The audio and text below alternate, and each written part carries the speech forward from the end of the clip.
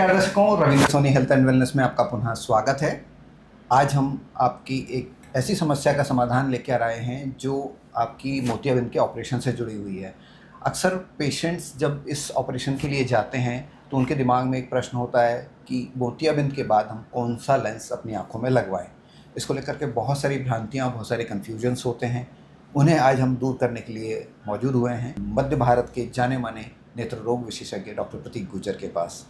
आज हम उनसे जानेंगे कि मोतियाबिंद के बाद कौन सा लेंस आपके लिए ज़्यादा सूटेबल होगा और क्यों। सर, आपका बहुत बहुत स्वागत है।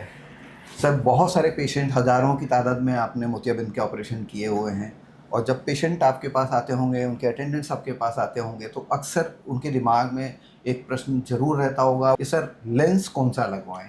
तो इसको लेकर के थोड़ा सा आप हमारे दर्शकों को एजुकेट करें और बताएं कि लेंस कौन सा लगवाएं।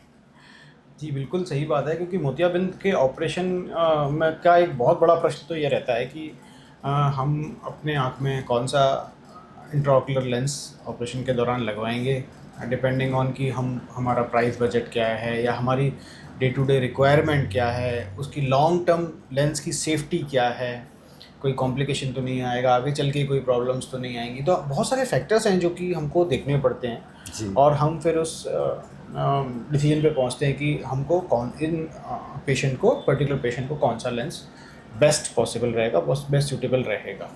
तो उसमें देखिए, हमको जो देखना पड़ता है मोटे मोटे तौर पे, मैं अगर आपको कहूँ कि पेशेंट का एज क्या है जी ना, उसको जो कैटरेक्ट है यानी मोतियाबिंद है वो किस कारण से जी। ऐसा आपको पता ही है कि एज केवल एक फैक्टर नहीं है जिसकी वजह से मोतियाबिंद होता है, बहुत सारे फैक्टर्स होते हैं। कई बार जन्मजात कंजेनाइटल कैटरेक्ट होता है, ट्रॉमा, चोट लगने के बाद मोतियाबिंद होता है, आँख के अंदर सूजन की बीमारी की वजह से मोतियाबिंद होता है। तो उनको मोतियाबिंद किस प्रकार का है, क्या कॉज है उस मोतियाबिंद का। फिर हम तीसरा देखते हैं कि आँख में बाकी हिस्सों की स्थिति क्या है, जैसे कि उनके कॉर्निया का कर्वेचर क्या है, पीछे के पर्दे की स्थिति क्या है, उनको कोई प्रकार का अलग से रोग जैसे कि डायबिटीज़, उसकी वजह से होने वाली पीछे के पर्दे की बीमारी जिसको डायबिटिक रेटिनोपैथी कहते हैं, वो तो नहीं है। तो ये सारे फैक्टर्स मिला के देखने के बाद, इवेल्युएट करने के बाद हम इस डिसीजन पे आते हैं कि आपके आँख में कौन सा लेंस बेस्ट सूट करेगा ना। ये डिसीजन ऐसा नहीं है कि साहब मुझे मोतियाबिंद है, आप बता दीजिए जो बेस्ट लेंस हो। जी, हर पेशेंट को अलग लेंस देखना पड़ता है जी ना, तो अलग अलग कैटेगरीज भी हैं लेंस की, वो उस पर डिपेंड करता है जी। तो डॉक्टर साहब बता रहे हैं कि लेंस का चुनाव करना एक सिंपल प्रोसीजर नहीं है, बहुत सारे फैक्टर्स जो होते हैं उनको दिमाग में रखना पड़ता है। डॉक्टर साहब ने बहुत सारे रीज़न बताए कि कैटरेक्ट किस वजह से हुआ है, उसको देखना पड़ता है। आपके आँखों का कर्वेचर किस तरह का, वो देखना पड़ता है। आपको अगर डायबिटीज़ है तो उस कंडीशन के हिसाब से जो आपकी आँख के पीछे की स्थितियाँ हैं उनको समझना होता है। तब जा कर के जब सारी चीज़ों का तालमेल वो डॉक्टर साहब बिठा पाते हैं, तब वो बताते हैं आपको कि आपकी आँखों के लिए कौन सा लेंस ज़्यादा सूट करेगा। मैं करेक्ट हूँ सर? जी सर, बिल्कुल, आप बिल्कुल सही कह रहे हैं। तो हम जो डायग्नोस्टिक मॉडलिटीज़ हैं उनको यूज़ करते हैं सारे। सबसे पहले तो क्लिनिकल स्लिट लैम्प एग्जामिनेशन जो होता है, जिसमें हम पेशेंट्स की आई को डॉक्टर डायरेक्टली देख रहा है जी। उसके बाद हम ए स्कैन अल्ट्रासाउंड करते हैं, जिससे हम उसमें आजकल latest technology optical biometer IOL master की, जिससे हम आइज़ के मेजरमेंट्स लेते हैं, बहुत एक्यूरेटली लेते हैं। उसके बाद हम पेशेंट्स की कॉर्नियल टोपोग्राफी करते हैं और उसके बाद हम पेशेंट्स का एक OCT मैक्युला स्कैन करते हैं, रेटिना का स्कैन करते हैं। इसके अलावा कॉर्निया को देखने के लिए हम एक स्पेकुलर माइक्रोस्कोप करते हैं, जिससे कॉर्निया के सेल्स की हेल्थ मालूम पड़ती है जी। तो इसके बाद हम उस डिसीजन पे पहुंचते हैं कि हमें चार तो मोटे मोटे टेस्ट मुझे दिखाई दे गए कि ये टेस्ट होते हैं। उसके बाद फिर आपको पता चलता है कि आंखों के अंदर की स्थिति क्या है और फिर उसके लिए क्या किसी भी सर्जिकल प्रोसीजर का सबसे इम्पोर्टेंट एस्पेक्ट जो होना चाहिए वो है लॉन्ग टर्म सेफ्टी जी। शॉर्ट टर्म सेफ्टी नहीं, लॉन्ग टर्म सेफ्टी, उसका लंबे समय में रिजल्ट कैसा है जी, है ना। आप इसको ऐसे देखिए कि हम T20 नहीं खेल रहे हैं, तो टेस्ट मैच वाले जी, तो हमें वो जिंदगी भर चलना चाहिए। देखिए, ये कोई नया फ़ोन नहीं है कि मैंने आज लिया और अगले साल में फिर बदलने वाला हूँ। इंट्राओकुलर लेंस एक बार आपकी आंख के अंदर चला गया तो it's going to be there for your whole life time जी। तो वो आपके आंख के अंदर रहेगा जिंदगी भर। तो ये ऐसी टेक्नोलॉजी नहीं है कि जिसको आप हर साल चेंज करने वाले हैं। बड़ा डिसीजन है, अहम डिसीजन है, जिसको हम इतने सारे टेस्ट करने के बाद ही बैठ के बताते हैं कि आपकी आंख में पर्टिकुलर लेंस सूटेबल है जी। हाँ डॉक्टर साहब, एक कन्फ्यूज़न और होता है जो लेंस के टाइप्स होते हैं उसको लेकर के। कोई टॉरिक है, मोनोफोकल है, इस तरह की 3-4 वैरायटी हमको सुनने में आती हैं। तो ये तीनों के चारों के बारे में जो अवेलेबल हैं वो हमारे दर्शकों को बहुत आसान भाषा में आप समझा रहे हैं। जी, मैं बिल्कुल सिंप्लीफाई करके एक ब्रॉड तरीके से बता देता हूँ। जी, जो अवेलेबल लेंसेज हैं उनको हम 2 तरह से बांट सकते हैं। जी, मोटे तौर पे हम 2 तरह से, नॉन टोरिक और टोरिक। टोरिसिटी क्या है? टोरिसिटी मतलब आँख की कॉर्निया का एक स्पेशल कर्वेचर है जिसमें आपको सिलेंड्रिकल नंबर आता है जो एक पर्टिकुलर एक्सिस पे ठीक किया जाता है, 180 डिग्री, कभी 90 डिग्री, 70 डिग्री, इस तरह से, तो उसको टोरिसिटी कहा जाता है। जी, जो लेंसेज इनको एड्रेस करते हैं उनको हम टोरिक लेंस कहते हैं। और बाकी सारे लेंसेज जो होते हैं, अगर पेशेंट को टोरिसिटी नहीं निकलती जांचों में तो उनको नॉन टोरिक लेंस है। तो डॉक्टर साहब, टोरिसिटी क्या होती है ये भी बताएं थोड़ा। जी बिल्कुल, देखिए हमारी जो कॉर्निया है ना वो एकदम सर्कुलर नहीं है जी, है ना, वो उसको आप रग्बी बॉल से कंपेयर कर सकते हो। इट इज स्फेरिकल सरफेस, जी, है ना, ऐसा स्फेयर जैसा ऐसा रहता है। तो उसमें क्या होता है ना, एक हॉरिजॉन्टल कर्वेचर, उसका वर्टिकल कर्वेचर हॉरिजॉन्टल कर्वेचर से कई बार अलग अलग हो सकता है। जी, इसलिए एक पर्टिकुलर एक्सिस पे आपका नंबर ज़्यादा हो सकता है, नहीं हो सकता, ऐसा भी हो सकता है कि मतलब, इसलिए एक पर्टिकुलर एक्सिस पे आपका नंबर ज़्यादा हो सकता है जबकि दूसरे परपेंडिकुलर एक्सिस पे आपका नंबर कम हो सकता है। तो ये एक चीज़ है जो कि टोरिसिटी को देती है। जी, लोग चश्मा पहनते हैं ना, उनको एस्टिग्मेटिज्म होता है, जिसको वो एक पर्टिकुलर एक्सिस पे है, जैसे वो नंबर पहन रहे हैं -2 at 90 डिग्री, तो ये टोरिसिटी हुई, इस तरह से नंबर होता है, वो जांच के बाद दिख जाता है। जी। डॉक्टर साहब, आपने टॉरिक की तो बात कर ली, अब हम नॉन टॉरिक के बारे में भी जानना चाहेंगे, थोड़ा वो भी हमारे दर्शकों को तो जैसे बताएं। मैंने बताया कि 2 ब्रॉड क्लासिफिकेशन, टोरिक और नॉन टोरिक। जी, इन दोनों में ही 3 तरह के लेंस हो सकते हैं। जी। एक तो मोनोफोकल मतलब दूर दृष्टि के लेंस, दूर का व्यक्ति को दिखता है, इतनी दूरी का और पास का काम करने के लिए चश्मा लगाना पड़ता है, ये मोनोफोकल लेंसेज हैं जिसमें आदमी दूर का सब काम कर सकता है, ड्राइव कर लेगा, दूर का व्यक्ति देख लेगा, ये सब बिना चश्मे के कर लेगा ऑपरेशन के बाद। लेकिन पास का काम करने के लिए और इतनी एक हाथ की दूरी का काम करने के लिए उनको चश्मा लगाना पड़ेगा। ये लेंसेज सबसे कॉमनली यूज़ होते हैं और काफ़ी लंबे समय से मार्केट में है। मोनोफोकल लेंस हो गया।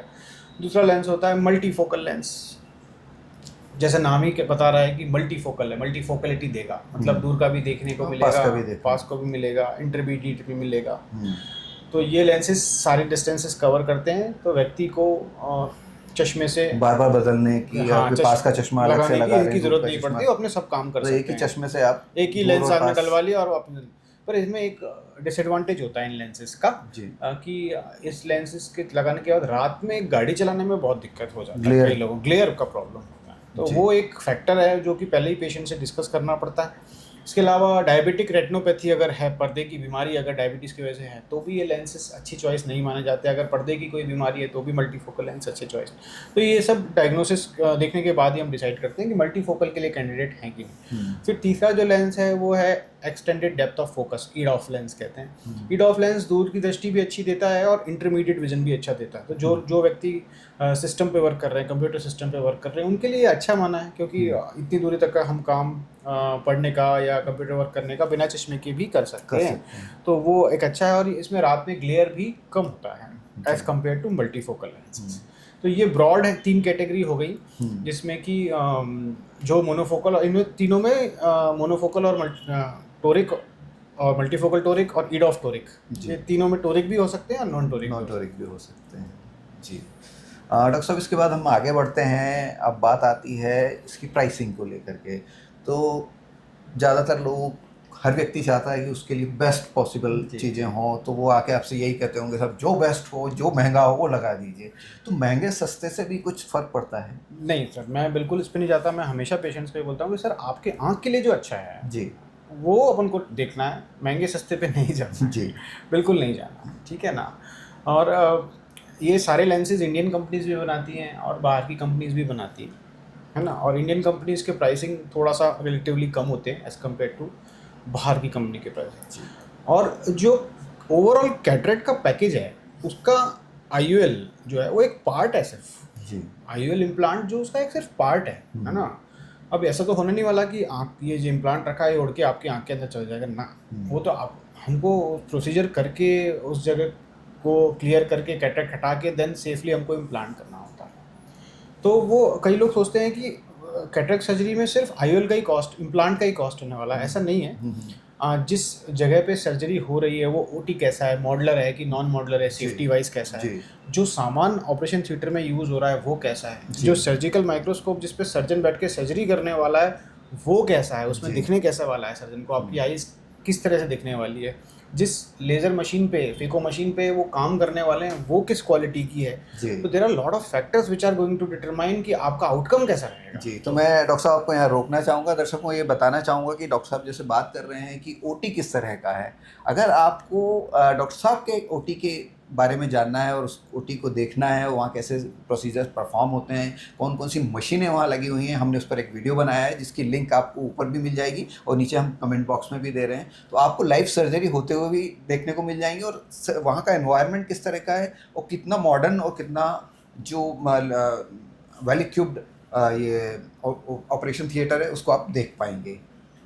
सर अब बात आती है सिलेक्शन ऑफ लेंस की। वैसे तो आपने बता दिया है कि आप सारे प्रोसीजर्स और सारे टेस्ट करने के बाद, एवेल्यूएट करने के बाद ही सजेस्ट करते हैं, लेकिन बाय द वे कोई पेशेंट अपनी मर्जी से चलाता है और कुछ गलत सिलेक्शन हो जाता है लेंस का, उस स्थिति में क्या होता है?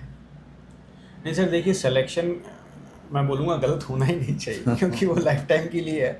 हालांकि हमारे पास बहुत से पेशेंट्स ऐसे आते हैं जो कि गलत लेंस डल जाता है या डलवा लिया, कुछ हो गया उस तरह से, तो वो एक्सप्लांट करना पड़ता है। वो एक सर्जिकल मैन्यूवर हो गया, सर्जरी करके ही निकालना पड़ेगा, अगेन फिर नया लेंस डालना पड़ेगा। तो इसलिए मेरा ये हमेशा कहना रहता है कि यू टेक टाइम जी ना, you sit with your doctor, उनके साथ बैठें, पूरा डिस्कस करें कि भाई मेरी रिक्वायरमेंट दिन भर की है। अब मैं गाड़ी चला रहा हूँ रात में, मैं कंप्यूटर वर्क कर रहा हूँ, स्क्रीन टाइम मेरा इतना है, मैं इस एज का हूँ, मुझे डायबिटीज़ है या मुझे कोई और शरीर की बीमारी है, मुझे इतना ड्राइनेस है। ये सब डिस्कस करने के बाद डॉक्टर और आप खुद मिलके ये डिसाइड करें कि हमारी आँख के लिए ये अच्छा है जी ना। ये क्योंकि ये ज़िंदगी भर का डिसीजन है, गलत हुआ तो फिर हालांकि वो निकाल के नया लेंस भी डाल सकते हैं, लेकिन क्यों करना है वो जी है ना। एक्स्ट्रा प्रोसीजर करने से रिस्क ऑफ इन्फेक्शन बढ़ता है, बाकी कॉम्प्लिकेशंस होने के चांस होते हैं, तो वो उस पर नहीं जाएँ तो अच्छा रहता है। जी। तो डॉक्टर साहब ये बता रहे हैं कि डिसीज़न एक बार लेना होता है, लाइफ टाइम के लिए लेना होता है, तो इसलिए लेंस को लेकर के आप बहुत ज़्यादा अलर्ट रहें और कोशिश ये करें कि अपने बारे में जितनी भी आपकी चीज़ें हैं डॉक्टर साहब को एक्सप्लेन करें। आपका प्रोफेशन क्या है, आप किस तरह की एज ग्रुप में हैं, सब कुछ उनको बताएं। उससे जब आप सारे इनपुट्स उनको दे देंगे तो आपको आउटपुट अच्छा मिलने वाला है। एग्जैक्टली, बिल्कुल। जितना खुल के बात कर पाएंगे हम अपने एक्सपेक्टेशंस के बारे में पेशेंट्स हमसे कि भाई मेरी ये एक्सपेक्टेशन है इस सर्जरी से, तो हम भी उतना अच्छा सॉल्यूशन दे पाएंगे जी ना। क्योंकि जब तक आप सारी चीज़ें उनसे खुल के नहीं डिस्कस करेंगे तो आपको ये मान के चलिए जब आप कुछ चीज़ें छुपाते हैं या ठीक से नहीं बता पाते हैं तो रिजल्ट में अंतर आ सकता है। बहुत से पेशेंट्स को इस एज ग्रुप में प्रोस्टेट का प्रॉब्लम रहता है जी और वो बताते नहीं है क्योंकि उनको लगता है कि ये तो सिंपल सी चीज़ है, क्यों बताना है, डॉक्टर को ये लगता है कि इंटरकनेक्टेड होगा भी नहीं।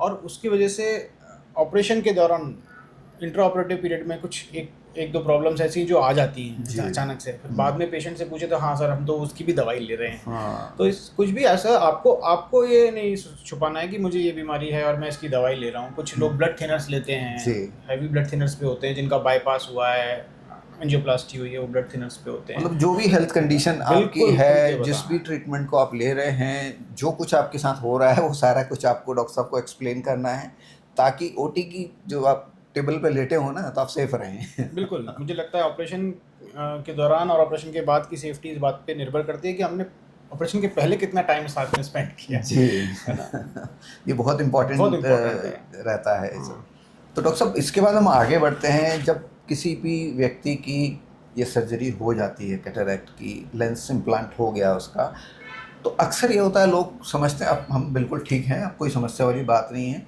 और जो पोस्ट सर्जरी केयर करनी चाहिए अक्सर उसमें वो लापरवाही करते हैं। उस बारे में थोड़ा एजुकेट करें। बहुत कॉमन है, कुछ मिथ्स हैं। एक्चुअली क्या है, पहले सर्जरी इतना सोफिस्टिकेटेड नहीं होता था, है ना। हाथ से होता था पूरा, और बड़ा चीरा लगता था, टाँके आते थे, सुचर्स लगते थे। तो पहले पहले का भी मिथ्स बहुत हैं कि हमें तो सिर्फ ठंड के सीज़न में सर्जरी करानी है, गर्मी के सीज़न में या बारिश के सीज़न में नहीं कराना है। ये एक बहुत बड़ा मिथ है। अभी तो हर पेशेंट को मैं ये बोलता हूँ, आप अपना कन्वीनियंस देखिए। जब आपके पास 2 से 3 दिन की छुट्टी है तब आप करा लीजिए। इसमें गर्मी सर्दी, मैंने खुद अपने पेरेंट्स का ऑपरेशन बिल्कुल गर्मी में किया है ना, एकदम भरी गर्मी। तो ये इट डजंट मैटर एक्चुअली, तो वो मैटर ही नहीं है। तो दूसरी चीज़ ये है कि जो ऑपरेशन के बाद की सावधानियाँ हैं वो कुछ पेशेंट्स बिल्कुल नहीं करते और कुछ पेशेंट बहुत ज़्यादा करते हैं। वो दोनों ही चीज़ें एक्सट्रीम खराब हैं। दोनों एक्सट्रीम में नहीं जाना चाहिए। दोनों एक्सट्रीम में नहीं जाना चाहिए, क्योंकि देखिए जो ऑपरेशन के बाद की दवाइयाँ हैं उसमें स्टेरॉइड्स रहते हैं, वो धीरे धीरे करके बंद होती हैं, ग्रेजुअली बंद होती हैं ना। 6 बार 1 हफ्ते चलेंगी, फिर 4 बार 1 हफ्ते, ऐसे करके ग्रेजुअली। कुछ पेशेंट्स जैसे ही ठीक होते हैं 2-3 दिन में नॉर्मल हो जाते हैं पेशेंट। तो जैसे ही नॉर्मल होते हैं दवाई बंद कर देते हैं, उसके बाद फिर प्रॉब्लम में आते हैं। तो ये नहीं करना है, अपनी जो दवाइयाँ हैं वो पूरी प्रॉपरली करनी है। कुछ पेशेंट्स ऐसे होते हैं जो दूसरे एंड पे होते हैं, वो बहुत ज़्यादा सावधान रखते हैं। उनसे अभी जो प्रोटोकॉल हम फॉलो करते हैं उसमें मोस्टली हम सारे वर्क नेक्स्ट डे से ही कर सकते हैं, एक्सेप्ट कि हमें आँख में पानी नहीं डालना है 7 दिन के लिए। But due to some reasons patients जो हैं 1-1 महीने तक नहा नहीं रहे हैं आँख में, तो फिर वो इन्फेक्शंस लेके आते हैं। तो वो नहीं होना चाहिए। आपको क्लीनलीनेस जैसा बताया है वैसे ही फॉलो करना है जी। तो अगेन मैं कहना चाहूँगा कि अगर आपको पोस्ट सर्जरी कौन कौन से चीज़ों का ध्यान रखना है, क्या क्या डूज एंड डोंट्स आपको मेंटेन करना है, उसके लिए भी डॉक्टर साहब ने एक वीडियो हमें बहुत पहले बना के दिया था, जिसमें हमने उनका इंटरव्यू भी किया था। उनके स्टाफ मेंबर्स से भी हमने बात की थी, जिसमें उन्होंने सर्जरी के पहले, सर्जरी और सर्जरी के बाद की क्या क्या केयर होती है उसके बारे में बताया है। अगर आप चाहेंगे तो उसका लिंक मैं नीचे दे देता हूँ, और साथ में आप ऊपर भी देख सकते हैं, उसका लिंक आ रहा होगा। उसको अगर आप क्लिक करके देखेंगे तो उसके अंदर आपको बहुत सारी जानकारी ऐसी मिलेगी जो आपके बहुत काम की होगी, खासतौर से सर्जरी के बाद आपको किन बातों का ध्यान रखना है उसको लेकर के। तो दर्शकों, आज हमने इस इंटरव्यू में जाना कि जब आप कैटरेक्ट के ऑपरेशन के लिए जाते हैं तो आपको कौन से लेंस का चुनाव करना चाहिए, और लेंस के चुनाव में किस तरह से डॉक्टर साहब की भूमिका होती है, उसको कितना आपको इम्पोर्टेंस देना चाहिए। क्योंकि जैसा कि डॉक्टर साहब ने बताया है कि ये लाइफ टाइम डिसीजन होता है। एक बार जो लेंस आपकी आंखों में लग जाता है वो ज़िंदगी भर के लिए होता है। तो इसलिए कहीं सुनी बातों पे ना जा कर के हमारे आपके जो भी डॉक्टर हैं उनके पास जाएं। अगर आप एक डॉक्टर से संतुष्ट नहीं, आप 2 के पास जाएं, 3 के पास जाएं, लेकिन जब आप पूरी तरह से संतुष्ट हों और सारी चीज़ें आपकी सही तरह से डायग्नोस हो जाएँ, सारे टेस्ट प्रॉपर हो जाएँ, उसके बाद ही क्या और कौन सा लेंस लेना है उस पर आप जाएँ। तो आज के लिए बस इतना ही। फिर भी अगर आपके दिमाग में कोई प्रश्न रह जाते हैं जो कि इस लेंस को लेकर के हैं, तो आप कमेंट बॉक्स में लिख के भेज दीजिएगा, उनके भी हम उत्तर जल्द ही देंगे। धन्यवाद।